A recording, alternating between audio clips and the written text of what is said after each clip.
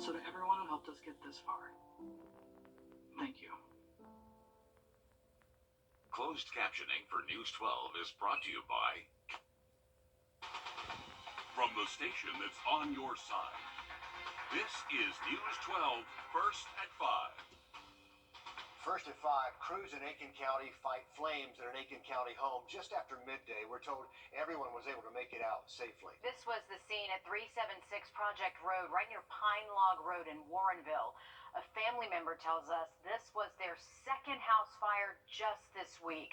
They say they moved there after their house caught fire Monday. Family says they're not sure what caused the fire or whether those fires have the same cause. Authorities say they're investigating this as a suspicious fire.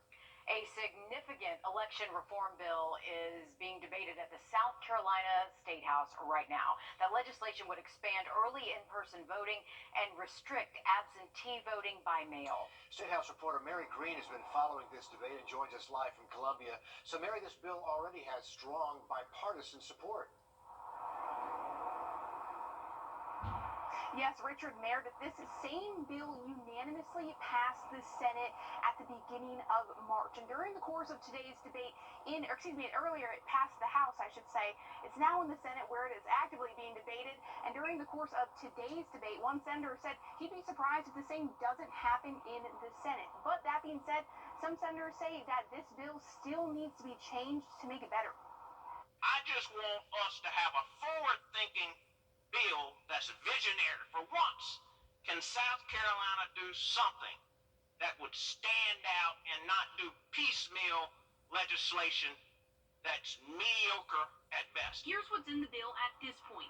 It requires every county offer 2 weeks of early in-person voting 6 days a week before an election at up to 7 locations. And people wouldn't need a reason or an excuse to vote early in person like they do now. The bill also places tighter restrictions on which voters can receive a mail-in ballot. Make it easier to vote, but harder to cheat. And that probably is the guiding principle that we see at play here in this bill. It also stops election workers from opening ballots before the morning of Election Day, despite requests from elections officials to have more time to do this.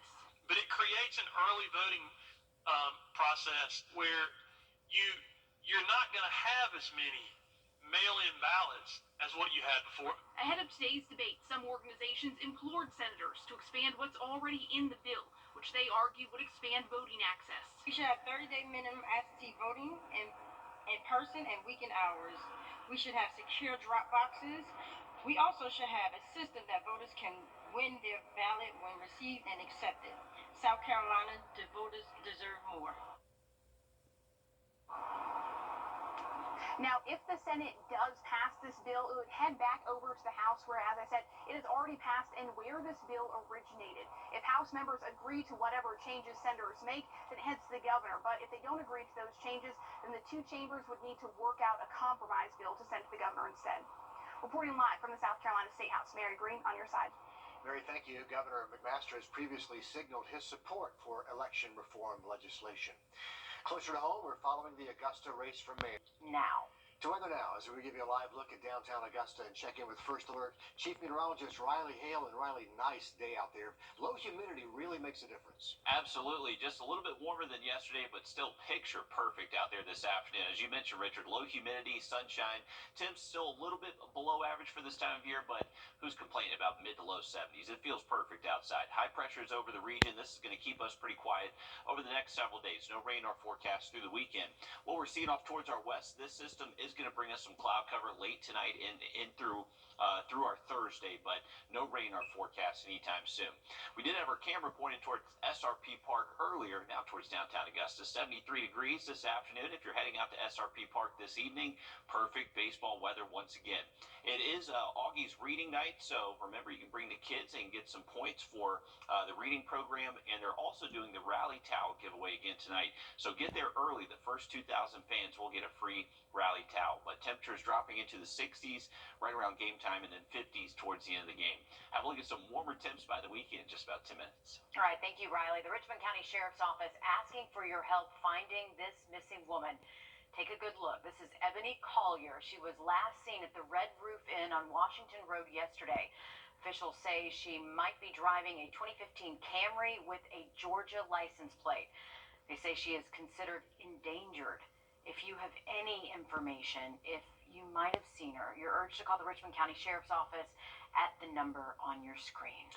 First at 5, South Carolina's highest court blocks what was going to be the state's first ever execution by firing squad. The order by the state Supreme Court puts a temporary hold on the execution of this man, Richard Moore. He's sentenced to death for the 1999 killing of a convenience store clerk. The court says they'll release a more detailed order later. Moore's attorney had asked for a stay, saying the execution methods violate the cruel and unusual punishment terms of the Constitution. Also first at 5, the Richmond County Sheriff's Office asking for your help finding this woman. She is wanted for aggravated battery. They say the crime happened on April 2nd at the Garden City Social Club on Broad Street. Her name, China Michelle. If you know anything, you're asked to call the Sheriff's Office at the number on your screen. South Carolina's anti-vaccine mandate. The Justice Department is appealing the ruling that lifted the federal mask mandate on planes, but in the meantime, you do not have to wear a mask if you are traveling. As Tori Cooper reports, inside the Atlanta airport, some travelers were still wearing masks, and there were some mixed emotions about getting rid of this mandate. The initial reaction is, thank God, oh well, I'm so happy. Some travelers are enjoying breathing just a little easier at the Atlanta Hartsfield-Jackson International Airport. Well, I did hear about it. But some still don't know about the latest change to the mask policy. I was told we had to fly wearing a mask, so I don't have to then. Well, cool. It's going to be pretty interesting to see how people react to it. After U.S. District Court Judge Catherine Mizell overturned the federal mask mandate on Monday, arguing that the CDC failed to justify its decision and didn't follow proper rulemaking, TSA and major airlines like Delta, United, Southwest, American, and many more quickly followed suit, dropping the mandate, making face masks optional. I think wearing it is a good thing if some people feel necessary to wear it. The White House calling the latest move disappointing. The CDC recommended continuing the order for additional time, 2 weeks, to be able to assess the latest science in keeping with its responsibility to protect the American people. So this is obviously a disappointing decision. And even if you still hear this at the Atlanta Hartsfield-Jackson International Airport, face masks are required at the airport. Don't second guess yourself. Airport officials tell CBS 46 News masks are optional and still provide a layer of protection. Yeah, I'm gonna wear mine. Keep me safe. So, I mean, as long as everybody's comfortable, I think it's fine. This change might give pause to some parents traveling with young ones, but this Athens family says their habits aren't changing. I don't think so, yeah. We are really, he's also vaccinated, fully vaccinated, so I think we are safe at this time. The mask mandate was recently extended until May 3rd by President Biden. Well, it's a problem impacting grocery store shelves and endangered species across the country. We're going to hear from Georgia's DNR as avian flu infects birds from chickens to bald eagles. Well, sunshine this afternoon. We'll give way to some clouds late tonight and throughout our Thursday. Take a look at those rain chances and some warmer temps this weekend just after the break. Time. A live look now at a new farmers market in South Augusta, a group called Growing Augusta, partnering with the city to make that happen. They're offering more than fresh food out there. There's also health screenings, voter registration, a petting zoo, cooking demos, and a walking club. The market is at the Henry Brigham Community Center on Golden Camp Road, and it's there until 6:30. The plan is to have the market every third Wednesday of each month, and it looks like they've got some nice weather. A little chilly out there, but you know, it's not too hot, and that's the good thing. It's a really nice day to be outside. A good turnout there in the middle of the afternoon as we head over and talk to Riley about the weather, and perfect day to be outside of the farmers market. Is. Absolutely. Take advantage of being outside the next several days because the weather's going to be great. Only getting a little bit warmer each day, especially into the weekend. So, yeah, no chill in the air really anytime soon once we get towards around this weekend. Let's switch over to Aitkin County. There we go. So sunny skies, just some high-level clouds filtering through here. We are seeing temperatures near 70, so very comfortable outside. Our winds have started to turn out of the southeast, bringing back a little bit warmer afternoon for us. Remember yesterday, we only topped out out in the mid to upper 60s, so just a little bit warmer out there compared to yesterday. Great weather for some green jacket baseball. They're taking on the Fayetteville Woodpeckers again tonight. First pitch 7:05. They have Augie's reading program night going on, and also a free rally towel for the first 2,000 fans that do show up. Weather-wise, we're currently close to 70. We're going to be dropping into the 60s just right around sunset, ending the game into the 50s. So it will be a little bit cooler out there later this evening. I would bring the jacket if you are heading out to the game tonight. Current temps other places across the region, 69 in Saluda, same thing at the lake, 73, 74 degrees for most of our Georgia counties south of I-20. High pressure is in control across the East Coast. This is keeping that dry air in place for us. You can see some rain west of us across the Mississippi River Valley. That is not going to be impacting us. It is going to bring us a little bit of cloud cover late tonight and early Thursday. So that's really the only difference to our weather pattern tomorrow. Just going to wake up to a little bit of cloud cover. No rain with these clouds, and we should be back to sunshine by the time we get to Thursday afternoon. Winds generally out of the east, just kind of pushing on shore there off the coast. Clear skies again by Friday. Most of the day Friday should be generally sunny for us, so less clouds than what we're going to see out there for our Thursday. And then this is going to be the trend. We're back in the low 80s Friday, mid 80s Saturday and Sunday. And then how about this, folks? Monday, we should be within a degree or two of 90, so feeling a little bit like summertime heading into early next week. Here's a current view over downtown Augusta. You can see the blue skies are with us, but clouds will be in the forecast later tonight and especially early tomorrow morning. We're falling into the 50s this evening, and then eventually seeing low temperatures most likely bottom out to the upper 40s by tomorrow morning. You still have the green light to watch the car Thursday and Friday, just a little bit more sunshine on Friday compared to tomorrow, but no rain in our forecast through the weekend. Most likely going to have to wait until we get to next Tuesday. That's when we do have a small chance for some rain. Definitely not looking too widespread or too heavy, so we're going to stay pretty bone dry here for the next 5 to 7 days. Riley, thanks. This is pretty cool. Check out this view from a bald eagle's nest in northeast Florida. Windy day there. Looks like some feathers are ruffled. But these birds are named Samson and Gabrielle. We can't tell you who's who right now. But they're both on the nest. Yeah, and the avian flu is causing concern for eagles just like these. 3 bald eagles were found dead that tested positive for the virus in coastal Georgia counties. Bald eagles are considered a threatened species in the Peach State. Camille Saeed shows us how the bird flu isn't just killing eagles, it's also threatening nesting for the birds. As 3 bald eagles were found dead in coastal counties, officials with the Georgia Department of Natural Resources says the bird flu is likely undercutting nesting success for the eagles. They exhibit tremors and seizures, respiratory distress. Bob Sargent with Georgia Department of Natural Resources says the bald eagles in Chatham, Liberty, and Glenn counties were found dead in March, and tests showed later the virus was the cause. They likely caught the bird flu by eating ducks who were infected with avian influenza. Now bald eagle nesting is a concern. He says the winter success rate is typically around 70%. And by success, what I mean is that the nest fledges at least 1 eaglet, 1 young eagle. But he found that rate to be much lower at 47% in the coastal area. To see that many nests fail when we know that we did have high path on the coast and that some adult eagles did die from it and ducks were dying from it, yeah, it's entirely likely that many of those nests failed because of the virus. Sargent says to avoid handling sick or dead birds, but to report them to DNR. The bird flu is also causing problems in chicken farms as well. As this camera moves a little bit so we can get a better look at the birds. They are moving the camera a little bit. Just a beautiful shot there. Again, this is northeast Florida, but the chicken problems that Meredith mentioned, that's driving up the price of eggs. So this is something that affects people on the consumer level, but beautiful view of some eagles in northeast Florida. Love that. Look at them. Up next, helping get a group of shelter dogs to their forever homes thousands of miles away. We stopped by Project Freedom Ride's latest transport in Evans. The Live Ike Nemesis. Come on into Davis Appliance and Furniture, where you can find the best deals in town. It's tax time, so when that refund comes in, it's the perfect time to get the furniture you've always wanted.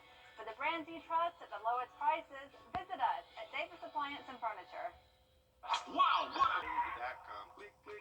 Come on into Davis Appliance and Furniture, where you can find the best deals in town. It's tax time, so when that refund comes in, it's the perfect time to get the furniture you've always wanted. For the brands you trust at the lowest prices, visit us at Davis Appliance and Furniture.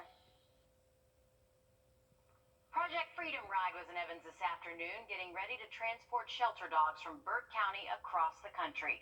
Some are going all the way to the West Coast, while others are heading to Canada.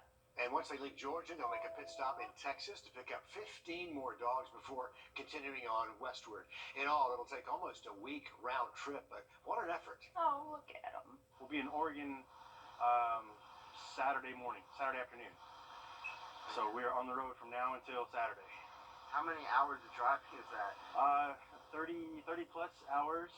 So myself and another driver, we just tag team back and forth. A lot of dedication. McCann says all the driving is worth it when he sees how happy everyone is when the dogs get adopted. Oh, that's so great. Inflation taking its toll on Georgia restaurants. The Georgia Restaurant Association estimates as many as 3,000 restaurants in the Peach State could be forced to close by the end of the year.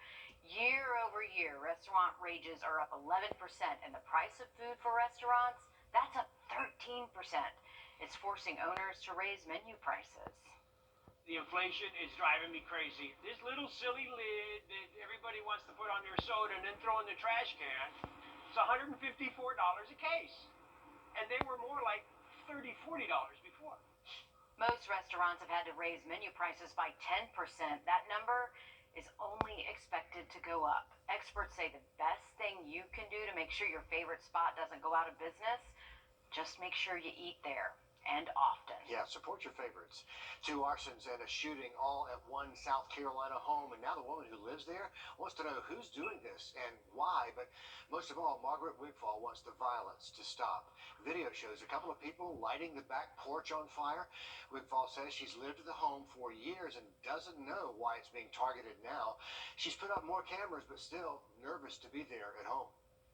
All I do is go to church and I come home. Every once in a while I travel, but otherwise I don't deal with people, and especially since this virus was out, I stay home. So they're targeting the wrong house and they're targeting the wrong person. So she says anyone who knows what's going on, please come forward and help solve this unusual problem, a dangerous problem too. Units at Fort Stewart are getting some of the first line of the Army's modernized tanks. Dal Kennedy got an up-close look and tells us what soldiers have to say about them so far. The soldiers who operate these new M1A2s say they can see and feel the differences inside and out. It starts with a paint scheme that keeps it cool to the touch, but also cuts down the thermal image enemies can see in the field. The Army's newest version of the Abrams tank weighs roughly the same as the old ones, but lighter components offset the upgrade in hardware inside. They did upgrade the generator to allow it to push more power to all the different components, as well as installed an auxiliary power unit in it that allows us to be able to run it without the actual engine running. It includes better outside cameras so crews can operate it without opening the hatch and exposing themselves to live fire, and it even has a rear-facing camera as well. That reduces the threat to soldiers when they're out in the field. It is a much better vehicle all around, especially being able to fight at night and to be able to stay in that fight longer.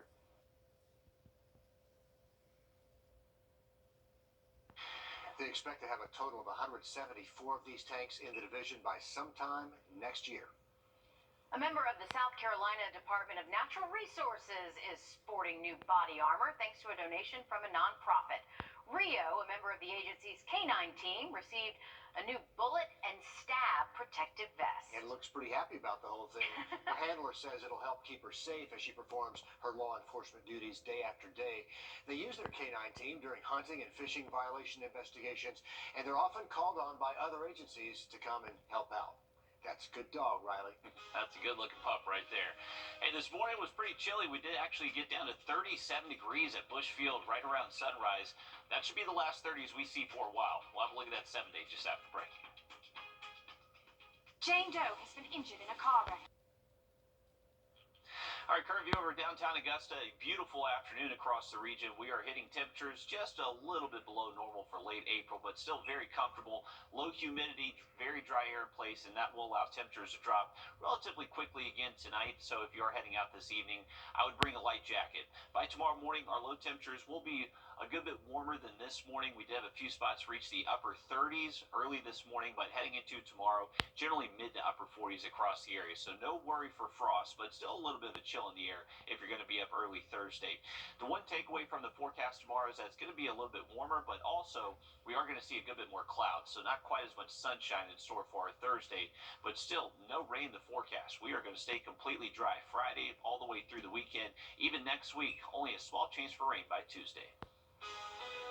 Still to come, farmers markets. They're an important way to get fresh food, but one local organization is facing a big setback. How the community is stepping up to help when News 12 First at 5 continues. All the tools, the latest